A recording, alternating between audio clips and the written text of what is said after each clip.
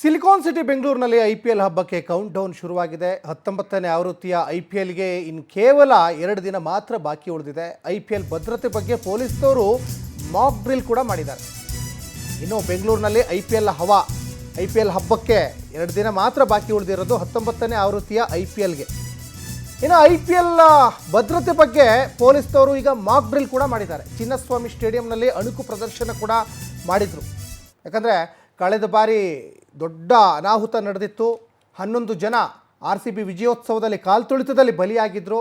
ಈ ಸಲ ಹಂಗೆ ಆಗಬಾರ್ದು, ಯಾವುದೇ ರೀತಿಯಾದಂಥ ಅನಾಹುತ ಆಗಬಾರ್ದು. ಹಾಗಾಗಿ ಪೊಲೀಸ್ನವರು ಮಾಕ್ ಡ್ರಿಲ್ಲನ್ನು ಮಾಡಿದ್ದಾರೆ. ಯಾವ ರೀತಿಯಾಗಿ ತಪಾಸಣೆ ಮಾಡಬೇಕು, ಪರಿಶೀಲನೆ ಹೇಗಿರಬೇಕು, ಜೊತೆಗೆ ಟೋಟಲಿ ಅಲ್ಲಿ ಸಾವಿರಾರು ಜನ ಸೇರ್ತಾರೆ, ಕ್ರೌಡ್ ಇರ್ತದೆ, ಅದನ್ನು ಯಾವ ರೀತಿಯಾಗಿ ನಿಭಾಯಿಸಬೇಕು ಅದ್ರ ಬಗ್ಗೆನೇ ಒಂದು ಅಣುಕು ಪ್ರದರ್ಶನವನ್ನು ಮಾಡಿದ್ದಾರೆ. ಎಂಟ್ರಿ ಹಾಗೂ ಎಕ್ಸಿಟ್ನಲ್ಲಿ ಭದ್ರತೆ ಹೇಗಿರಬೇಕು ಅಂತ. 19ನೇ ಆವೃತ್ತಿಯ ಐಪಿಎಲ್ ಮ್ಯಾಚ್ ಆರಂಭಕ್ಕೆ 2 ದಿನ ಅಷ್ಟೇ ಬಾಕಿ ಇದೆ. ಹೀಗಾಗಿ ಬೇಕಾದಂತಹ ತಯಾರಿಗಳನ್ನ, ಅದರಲ್ಲೂ ಕೂಡ ಪಂದ್ಯಕ್ಕೂ 2 ದಿನ ಮುಂಚಿತವಾಗಿ ಇವತ್ತು ಮಾಕ್ ಡ್ರಿಲ್ ಅನ್ನು ಕೂಡ ಕೆಎಸಿಎ ಹಾಗೆ ಪೊಲೀಸ್ ಇಲಾಖೆ ಸಿಬ್ಬಂದಿ ಚಿನ್ನಸ್ವಾಮಿ ಸ್ಟೇಡಿಯಂ ಅಲ್ಲಿ ಮಾಡ್ತಾ ಇರುವಂತದ್ದು. ಸದ್ಯ ನಾನು ಇವಾಗ ಸ್ಟೇಡಿಯಂ ಒಳ ಭಾಗದಲ್ಲಿ ಇದ್ದೀನಿ. ಇಲ್ಲಿ ಕೂಡ ನೀವು ಗಮನಿಸ್ತಾ ಇರಬಹುದು, ಸಾಕಷ್ಟು ಜನ ಸಿಬ್ಬಂದಿ ಈ ಒಂದು ಮಾಕ್ ಡ್ರಿಲ್ ಅಲ್ಲಿ ಭಾಗಿಯಾಗ್ತಿದ್ದಾರೆ. ಪ್ರಮುಖವಾಗಿ ಜೂನ್ 4ನೇ ತಾರೀಕು ಏನು ಕಾಲ್ತುಳಿತ ಆಯಿತು, ಆ ರೀತಿಯ ಘಟನೆಗಳು ಮತ್ತೆ ಮರುಕಳಿಸಬಾರದು ಅಂತ ಹೇಳಿ ಎಲ್ಲ ರೀತಿಯ ಮುಂಜಾಗ್ರತಾ ಕ್ರಮಗಳನ್ನ ಇವತ್ತು ಕೈಗೊಳ್ಳಲಾಗ್ತಾ ಇದೆ.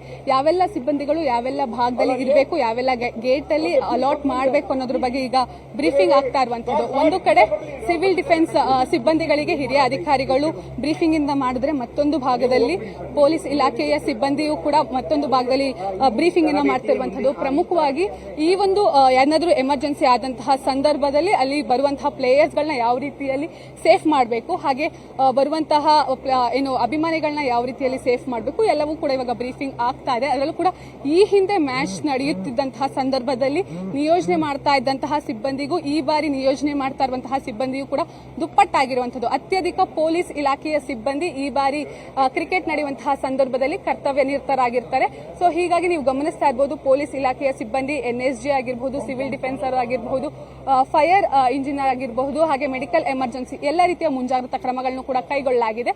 ಜೊತೆಗೆ ಮ್ಯಾಚ್ ನಡೆಸಲಿಕ್ಕೂ ಕೂಡ ಸಂಪೂರ್ಣವಾಗಿ ಸ್ಟೇಡಿಯಂ ಅನ್ನ ಕೆಎಸಿಎ ರೆಡಿ ಮಾಡಿರುವಂತದ್ದು. ಮತ್ತೊಂದು ಭಾಗದಲ್ಲಿ ನೀವು ಗಮನಿಸ್ತಾ ಇರಬಹುದು, ಹೊಸದಾಗಿ ಎಲ್ಲ ಕಡೆನೂ ಕೂಡ ಟಾಟಾ IPL 2026 ಬ್ಯಾನರ್ಗಳು ಕಂಗೊಳಿಸುತ್ತಿದೆ. ಇದರ ಜೊತೆಗೆ ಅತಿ ಹೆಚ್ಚಾಗಿ ಈ ಬಾರಿ ಕೆಎಸಿಎ ಕನ್ನಡಕ್ಕೆ ಆದ್ಯತೆಯನ್ನ ಕೊಟ್ಟಿರುವಂತದ್ದು.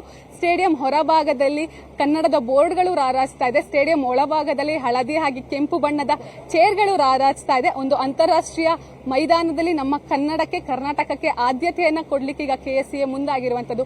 ಹೀಗಾಗಿ ಮ್ಯಾಚ್ಗೆ ಬೇಕಾದಂತಹ ಎಲ್ಲ ರೀತಿಯ ತಯಾರಿಗಳು ಕೂಡ ಆಗ್ತಾ ಇರುವಂತದ್ದು. ಅದ್ರ ಜೊತೆಗೆ ಏನು ಅಂತ ಹೇಳಿದ್ರೆ, ಟ್ರಾಫಿಕ್ ಅನ್ನು ಕೂಡ ಈ ಬಾರಿ ಎಲ್ಲವನ್ನೂ ಕೂಡ ಸಂಚಾರಿ ಪೊಲೀಸರು ಮ್ಯಾನೇಜ್ ಅನ್ನ ಮಾಡ್ತಾ ಇದ್ದಾರೆ. ಅಂದ್ರೆ ಅತಿ ಹೆಚ್ಚಾಗಿ ಯಾರು ಕೂಡ ಪ್ರೈವೇಟ್ ವೆಹಿಕಲ್ಸ್ ಅಲ್ಲಿ ಬರೋದು ಬೇಡ, ಎಲ್ಲರೂ ಕೂಡ ಮೆಟ್ರೋವನ್ನ ಅವಲಂಬಿಸಿ ಅಂತ ಹೇಳಿ ಅವರು ಮನವಿಯನ್ನು ಕೂಡ ಮಾಡ್ತಾ ಇರುವಂತದ್ದು. ಹಾಗೆ ಬರುವಂತಹ ಪ್ರಯಾಣಿಕರಿಗೂ ಕೂಡ ಯಾರೆಲ್ಲ ಈ ಒಂದು ಕ್ರಿಕೆಟ್ ಮ್ಯಾಚ್ಗೆ ಬರ್ತಾರೆ, ಅವರ ಟಿಕೆಟ್ ಅಲ್ಲೇ ಒಂದು QR ಕೋಡ್ ಕೂಡ ಮುದ್ರಾಣ ಆಗಿರುತ್ತೆ. ಅದರಲ್ಲಿ ಅಂದ್ರೆ ಅವರು ಅದನ್ನ ಸ್ಕ್ಯಾನ್ ಮಾಡೋದ್ರ ಮೂಲಕ ಮೆಟ್ರೋದಲ್ಲೂ ಕೂಡ ಪ್ರಯಾಣ ಮಾಡಬಹುದಾಗಿದೆ. ಇದ್ರ ಜೊತೆಗೆ ಎಲ್ಲೆಲ್ಲಿ ಪಾರ್ಕಿಂಗ್ ಮಾಡಬೇಕು ಅನ್ನೋದು ಕೂಡ ಆ ಒಂದು ಟಿಕೆಟ್ ಅಲ್ಲೇ ಮಾಹಿತಿ ಕೂಡ ಬರಲಿದೆ. ಸೊ ಹೀಗಾಗಿ ಮ್ಯಾಚ್ಗೆ ಬೇಕಾದಂತಹ ಎಲ್ಲ ರೀತಿಯ ತಯಾರಿಗಳನ್ನು ಕೂಡ ಇವಾಗ ಕೆಎಸ್ಇ ಹಾಗೆ ಪೊಲೀಸ್ ಇಲಾಖೆ ಮಾಡ್ಕೊಂಡಿರುವಂತದ್ದು. ಮತ್ತೊಂದು ಭಾಗದಲ್ಲಿ ಸಂಚಾರಿ ಪೊಲೀಸರು ಕೂಡ ಟ್ರಾಫಿಕ್ ಅನ್ನ ಯಾವ ರೀತಿಯಲ್ಲಿ ಕಂಟ್ರೋಲ್ ಮಾಡಬೇಕು ಅನ್ನೋದ್ರ ಬಗ್ಗೆನೂ ಕೂಡ ಈಗ ಆಲ್ರೆಡಿ ಎಲ್ಲ ನಿರ್ಧಾರವನ್ನ ಕೈಗೊಂಡಿದ್ದಾರೆ. ಕ್ಯಾಮರಾ ಪರ್ಸನ್ ಧನರಾಜ್ ಜೊತೆ ಸುಷ್ಮಿತಾ ಪೂಜಾರಿ, ಪವರ್ ಟಿವಿ, ಬೆಂಗಳೂರು.